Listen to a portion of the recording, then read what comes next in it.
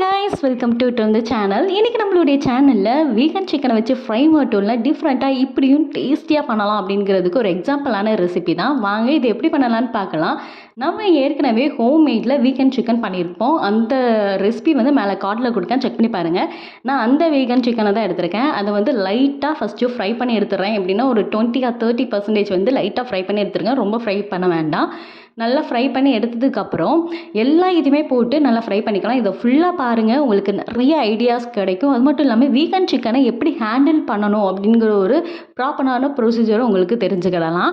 இப்போ எல்லா வீகன் சிக்கனையும் நான் நல்லா ஃப்ரை பண்ணி எடுத்துக்கிறேன். எதுக்காக இதை நம்ம ஃப்ரை பண்ணுறோம் அப்படின்னா, இதை டேரெக்டாக நம்ம குழம்புல போடமிச்சில் சவுக்கு சவுக்குன்னு ஒரு மாதிரி ஆயிரும். லேயர் வந்து நம்மளுக்கு கிடைக்காது, ஒரு மாதிரி மாவு உருண்டை மாதிரி ஆயிரும். லேயர் நம்மளுக்கு வராது. இப்படி லேயர் வரணுங்கிறதுக்காக தான் நம்ம இப்படி ஃப்ரை பண்ணுறோம். ஃபஸ்ட்டு வந்து இதை சாதாரணமாக ஃப்ரை பண்ணாமல் இதில் வந்து நீங்கள் சிக்கன் 65 மாதிரி ஃப்ரை பண்ணலாம் அப்படின்னு நீங்கள் யோசிச்சிங்க அப்படின்னா அப்படியும் நீங்கள் ட்ரை பண்ணி பார்க்கலாம். அது இன்னும் டேஸ்ட் நல்லாயிருக்கும். நான் இன்றைக்கி சிம்பிளாக லைட்டாக ஃப்ரை பண்ணி எடுத்துக்கிட்டேன். எப்படி குழம்பா பண்ணலாம் அப்படிங்கிறது பார்க்கலாம். ஒரு கடாயில் நம்ம பொரிச்சு வச்சுருந்த வீகன் சிக்கன் எல்லாத்தையுமே ஆட் பண்ணிவிட்டு நல்லா பொடிசாக கட் பண்ண பல்லாரி, ஒரே ஒரு பல்லாரி எடுத்துக்கோங்க. அந்த பல்லாரியை வந்து நல்லா ஃப்ரை பண்ணிவிட்டு அந்த பல்லாரியும் அது கூட ஆட் பண்ணிக்கோங்க. ஃப்ரை பண்ண ஆனியன் அதை ஆட் பண்ணதுக்கப்புறம் கொஞ்சம் கறி லீவ்ஸ் ஆட் பண்ணிக்கோங்க. இது வந்து ரொம்பவே செம்ம டேஸ்டியாக இருக்கும். இது கூட ஒரு டேபிள் ஸ்பூன் அளவுக்கு வத்தத்தூள், கொஞ்சோண்டு மஞ்சத்தூள், 1 tablespoon pepper, 1 tablespoon கறி மசாலா தூள், 1 tablespoon ginger garlic paste. இது வந்து நல்ல ஸ்பைசஸ் வந்து அதிகமாக சாப்பிட்றவங்க வந்து இப்படி ஆட் பண்ணிக்கலாம். அதுக்கப்புறம் ஃப்ரை பண்ணோம் தெரியுமா ஆனியன், அந்த ஆயிலையும் உள்ளே ஊற்றிட்டு இது அப்படியே அடுப்பில் வச்சுருங்க.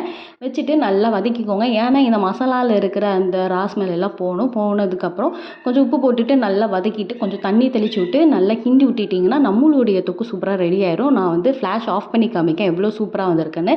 அவ்வளோதான், நம்மளுடைய சுக்கா வந்து சூப்பராக ரெடி ஆகிட்டு. இதுதான் வீகன் சிக்கன் சுக்கா. இப்படியும் நீங்கள் ட்ரை பண்ணி பார்க்கலாம். சும்மா வீகன் சிக்கனை ஃப்ரை மட்டும் பண்ணி சாப்பிட்ற மாதிரி இருக்காது. இப்படியும் நீங்கள் ட்ரை பண்ணலாம். சிக்கனை வந்து நம்ம என்னெல்லாம் பண்ணுவோமோ அதே மாதிரி தான் நீங்கள் இதையும் ட்ரை பண்ணி பாருங்கள். வாயில சுவை நாட்டியமாடு. இதை வந்து நான் இன்றைக்கி எப்படி நான் சாப்பிட போகிறேன் அப்படின்னு பார்த்தீங்கன்னா, நல்லா சுட சாதத்தை வடிச்சிட்டு எங்கள் ஊரில் வந்து தக்காளி வெங்காயம் எல்லாத்தையும் சும்மா அவிய போட்டு பிசைஞ்சு தாளித்து ஊற்றி ஒரு குழம்பு வைப்பாங்க. அந்த குழம்பு கொஞ்சம் ஆட் பண்ணிவிட்டு அதுக்கப்புறம் நம்ம வச்சுருந்தோம்னா சுக்கா, அந்த சுக்காவையும் கொஞ்சம் ஆட் பண்ணிவிட்டு நல்லா பசைஞ்சு சாப்பிட்டுக்கலாம். இப்போ பாருங்கள் இது எந்த அளவுக்கு சூப்பராக லேயர்டாக இருக்குதுன்னு உங்களுக்கு காமிக்கேன். பிச்சா பாருங்கள் எப்படி இருக்குன்னு. அந்த சாதத்தில் வச்சு சாப்பிட அவ்வளோ டேஸ்ட்டு சூப்பராக இருக்கும். அந்த சுக்கா வந்து இதே ரெசிபியை நீங்கள் சிக்கன்லேயும் ட்ரை பண்ணலாம், சூப்பராக இருக்கும். ட்ரை பண்ணி பாருங்கள். எவ்வளோ சூப்பராக லேயர்டாக வந்திருக்குன்னு. நீங்களும் ட்ரை பண்ணி பாருங்கள். வயல சுவை நாட்டியமாடும். ட்ரை பண்ணிவிட்டு எப்படி இருந்தது அப்படிங்கிறத கீழே கமெண்ட் பண்ணுங்கள். டாடா.